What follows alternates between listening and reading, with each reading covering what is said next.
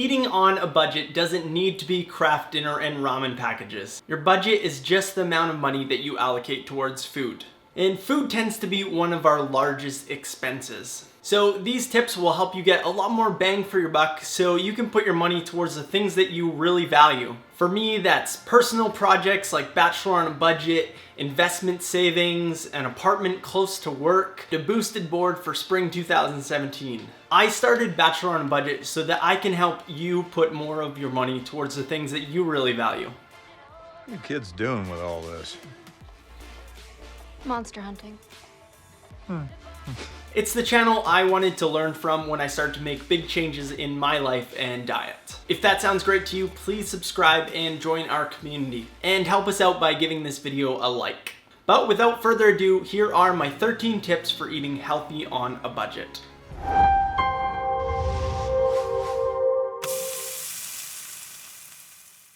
Make enough for leftovers. Every recipe that I cook, I try to make more than I will eat. I want to get at least 2 more meals out of it. So I have something I can take for lunch the next day or freeze for a later date. And this also saves you time, and what is more valuable than time? I hate when I don't bring a lunch because I know I have to spend $11 on food to get something healthy, tasty, and balanced. So that's 2 specials. And an onion log to split. Now, what I like to do with my leftovers is add new ingredients to it when I'm reheating it. I can use leftover rice to fry up some fried rice with veggies, fry an egg to go with my stir fry leftovers, or for pasta leftovers that are always better the next day, maybe some spinach or red peppers, or some more onions or garlic, whatever you have. Buy generic brands. Most grocery stores will offer a no-name brand that are usually considerably cheaper. Often the quality is the same but for less money. This is especially true for staples such as salt, beans, flour, etc. And it's quite often that some of these no-name brands are processed in the same facilities as the brand name products. But keep an eye out for sales because often these brand names go on sale just as much as the no-name brands do. Avoid processed food. When you buy processed food, you're not just paying for the food itself, you are paying for the packaging, the facilities that the food was manufactured in, and sometimes even the marketing. Thank you very much. Please come again. We have a lot more groceries. If you buy shredded cheese, it's always going to be more expensive than if you're going to buy a block. Skip the bottled sodas and juices. These are excessively high in sugar that are going to have negative effects on your brain and body. And unless your tap water is contaminated, skip the bottles. A little tip is stick to the outside aisles of the grocery store that tend to be mostly whole foods. Shop at a discount produce store.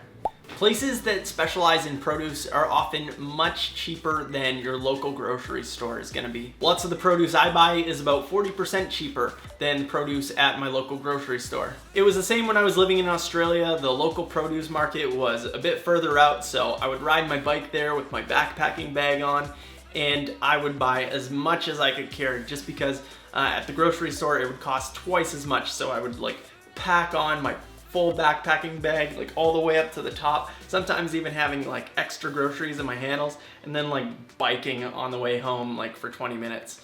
A little ridiculous, but need to be done. Look at the price breakdowns on shelf labels. Many grocery stores will show you how much the food costs at a set price per unit. So you can see brand A costs $1.25 for 100 grams and brand B costs $1.75 for 100 grams. What are you gonna go with?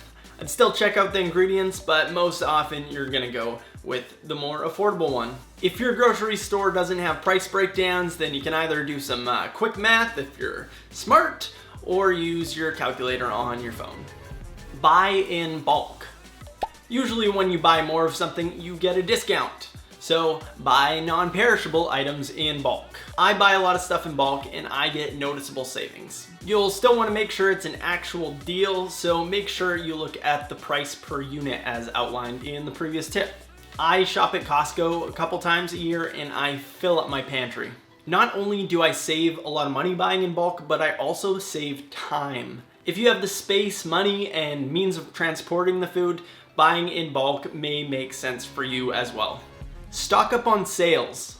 As outlined in the previous tip, when you see non-perishables that are on sale, stock up. Buy as much as you can afford or carry. If I see something like a can of beans on sale for 70% off, or maybe a big thing of coconut oil for 50% off, I am carrying as much as I can so that I get an intense workout. I probably look pretty silly riding my bike with 60 pounds groceries in my left hand or on my longboard swaying. When I'm grocery shopping, my eyes are scanning for deals. After a while, you start to feel like you have superpowers. Budget Man, here to snag all the deals. Subscribe to Budget Food Resources. There are plenty of awesome resources to learn how to shop better, to learn how to cook more affordably, and just eat more healthy on a budget. Some great resources are the Eat Cheap and Healthy subreddit on Reddit, where I'm an active member there. You can find a ton of tips, or you can ask if you have any questions. The community does a great job in providing you with a ton of valuable information. I've learned a ton there. I recommend you check it out. There's a link in the description. You can also check out Budget Bites by Beth. She's got an awesome website and she's been doing this for a while. She's got a cookbook that has tons of great recipes, so I recommend you check that out. And Bachelor on a Budget. Check out more of my recipes. And if you want to see anything in particular, feel free to leave a comment down below and let me know. I'm happy to help. If you can't afford food, give the food bank a shot. I'm pretty fortunate in that I've never been in the situation to have to use a food bank. But in a highly popular post by Possum Pants on Reddit, the food bank is not that bad. If you are low on funds where you have $20 for the rest of the month to feed yourself, food banks are made for this. You should have no shame in using this support resource. And you can also pay back the favor by volunteering or donating when you're in a better place. And when you donate, money actually goes much further than food, potentially even 4 times as much. The food banks usually have deals with the grocery stores or suppliers that allow them to buy food at cost or sometimes even cheaper. Buy frozen produce. Frozen produce can often be cheaper and many times more nutritious than the produce you buy at your grocery stores. This is because frozen food is usually flash frozen very soon after it is harvested, and so rather than being picked pre-ripe and sitting in warehouses and in transportation, your grocery stores, and then finally your fridge, freezing that produce right after it's been harvested locks in that nutrition. You'll save money because your frozen vegetables don't rot, and they often go on sale. Berries, for example, are often way cheaper buying frozen than if I were to buy them fresh. And frozen fruit is excellent in smoothies. And eating frozen vegetables doesn't need to be as bad as you may think. I have a whole video dedicated to the benefits of eating frozen vegetables, and even a frozen vegetable stir fry that you can find in the description. Eat out less. Cooking food from scratch is one of the biggest ways that you can save money. When you eat out at restaurants, you're not just paying for the food. You're paying for the building, the service, the cutlery, the plates, the dishwasher in the back. Hey pal, what's your policy on making special orders? All right, Buster, that's it. You want a special order? Then you make it. I quit. Why pay $14 for pasta when you can make it at home for a fraction of the price and you know it's going in it? One restaurant meal can often be a week's worth of groceries. One of the main reasons that I started Bachelor on a Budget is because I wanted to teach you how to save money while cooking at home. Now when I order food, I try to only order dishes that I can't make at home or would be excessively time consuming to make. Don't let food go to waste.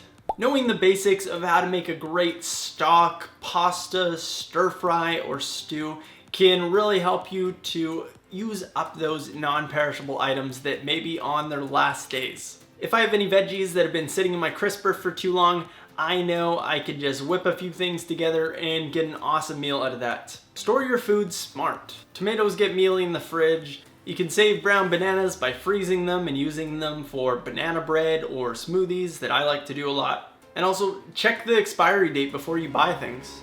Buy cheap, nutrient-dense foods. There are some key staple nutrient-dense foods that will help you get your best bang for your buck. For calories and protein, some of the best are pulses, so beans, lentils, chickpeas, tofu is also great, sweet potatoes, peanut butter, flaxseed, quinoa. Outside of a plant-based diet, you have tuna, eggs, chicken breasts, Greek yogurt. For other nutrients, the most nutrient-dense foods tend to be leafy greens, such as kale, mustard greens, collard greens, and cabbage.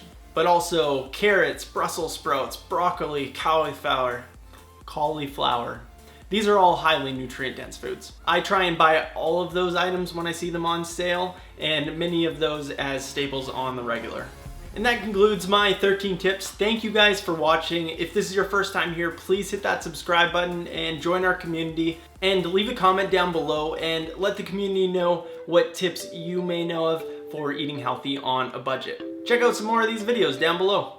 Thanks for watching.